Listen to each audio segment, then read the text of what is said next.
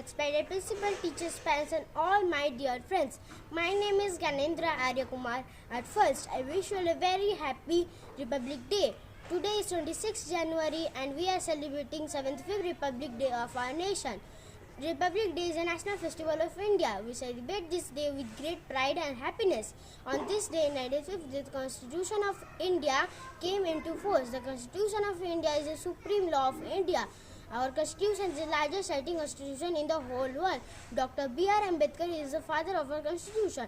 We should salute on such a great occasion by remembering them. They have fulfilled their responsibility by giving us a freedom and making a constitution.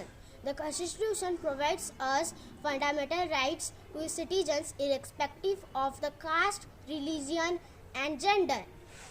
As students, you are the future of our nation. The education you receive today will shape the future of the India. I am proud that I am an Indian. I love my country very much. Thank you. Jai Hind.